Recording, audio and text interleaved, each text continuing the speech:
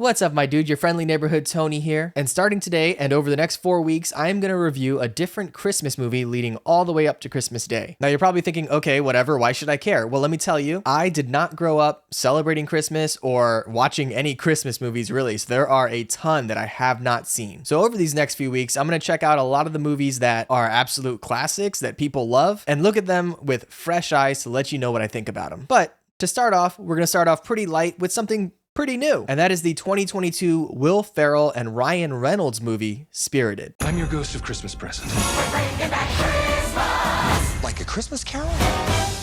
Now, Spirited, again, came out in 2022 and is directed by Sean Anders, who you may or may not know. He also directed the two Daddy's Home movies and wrote, I believe, or co-wrote Dumb and Dumber 2. So, not a great track record as a director, but he's done some decent movies over the time. In addition to Will Ferrell and Ryan Reynolds, the movie also stars Octavia Spencer, Sunita and Tracy Morgan, as well as some other actors and actresses that you'd probably recognize. So as I try to do with most of my reviews, I'm going to give you a little bit of information about the movie itself, then go over the things that I enjoyed, the things I liked about it, followed by the things I didn't really like, then give you my overall recommendation as to whether or not you should check out the movie. So, first off, Spirited is a musical comedy that follows the ghosts of Christmas present as well as Christmas past and Christmas future. As it turns out, they all work for an organization in the afterlife that spends most of the year tracking certain individuals who are just bad people. And then, of course, when Christmas comes around, they try to turn them around, just like they did with Ebenezer Scrooge in the original story. So it's a very interesting concept to kind of take that story that we've seen done over and over and over again throughout the years and show it from a bit of a different perspective. We're seeing it from the perspective of the ghosts. Will Ferrell plays the ghost of Christmas present, and it's revealed very early on in the movie that he has been doing this for over 200 years at this point, and as such, he is eligible for retirement, which basically means he can go back and be like reincarnated as another human. And kind of as his one last ride, he takes on a mission to redeem someone who is considered unredeemable, which is Ryan Reynolds' character. And Ryan Reynolds plays a kind of publicist, media guy. I'm not exactly sure what his title is, but essentially he digs up dirt on people and tries to ruin them and elevate his own clients. So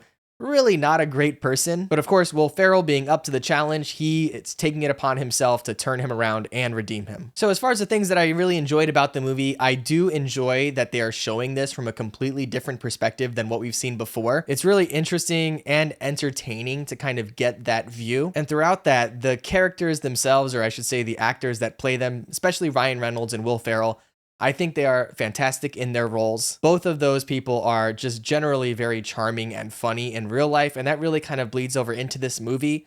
You're not really seeing them stretch their acting muscles by any means, but if you like Ryan Reynolds and Will Ferrell, then I think it's safe to assume that you're going to at least get some enjoyment out of this movie, because they're really just playing versions of themselves, albeit a little exaggerated and, a little different than who they really are in real life, but nothing too crazy. Some of the side characters are also really good. Octavia Spencer, I feel like, is lovely in this movie. And Tracy Morgan, who plays the ghost of Christmas yet to come, is fantastic. I loved him. He has a very small role in only a few scenes, but he is great every time he's on screen. Now, of course, being that this is a musical comedy, those are the two things that it really has to nail. And I think as far as the musical portion is concerned, they really knock it out of the park. The songs I thought were really well done. The dancing numbers are wild. If you're a musical fan and you enjoy seeing dance numbers in movies,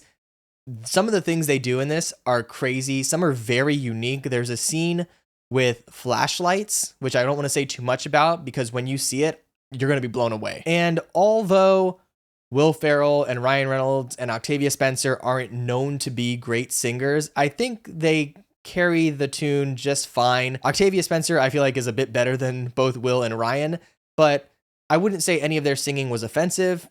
It was reasonable. Also, to kind of double back a bit, speaking of Will and Ryan, how is this the first time that they have worked together on screen? That is insane to me because they're so good together.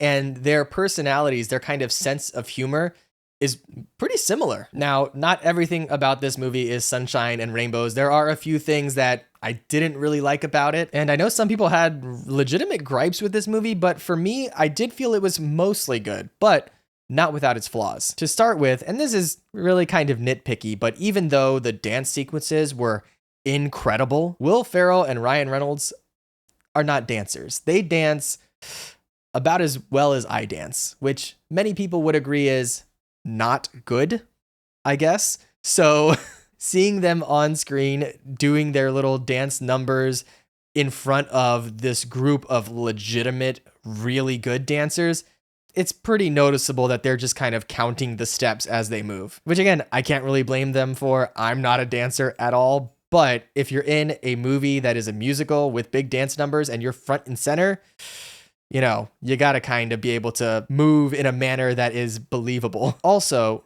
the movie is long.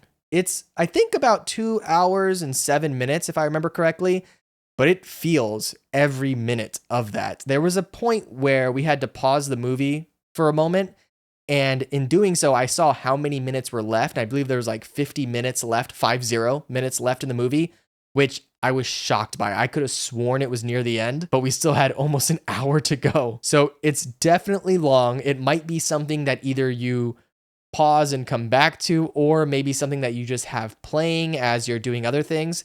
It honestly feels like a movie you would throw on Christmas Day and just have it playing in the background, because the musical numbers, again, are great.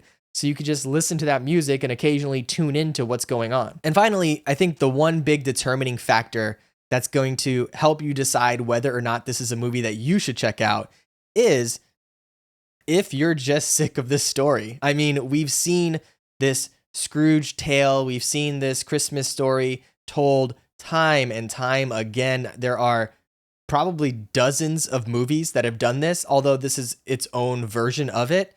So if you're just not in the mood to see that again, don't bother. This movie is not going to change your mind. It's not going to turn you around to becoming someone who loves that tale. So, you know, proceed with that bit of obvious caution that if you're not looking for a Christmas Carol movie, don't watch a Christmas Carol movie. Or if you don't like musicals, don't watch this musical. So yeah, I would say this is for a more specific audience. This isn't something that I think would appeal to everyone. But overall, I would say I enjoyed the movie. I think with my limited Christmas movie experience, this is one that I would definitely throw in the rotation. I could see myself watching this year after year around Christmas time. Granted, I am someone who does enjoy musicals. I do get a kick out of big dance numbers, and I like Will Ferrell and Ryan Reynolds. So it works for me, but it may not work for you. So have you seen Spirited this season? Let me know what you think in the comments below. I definitely want to hear your thoughts.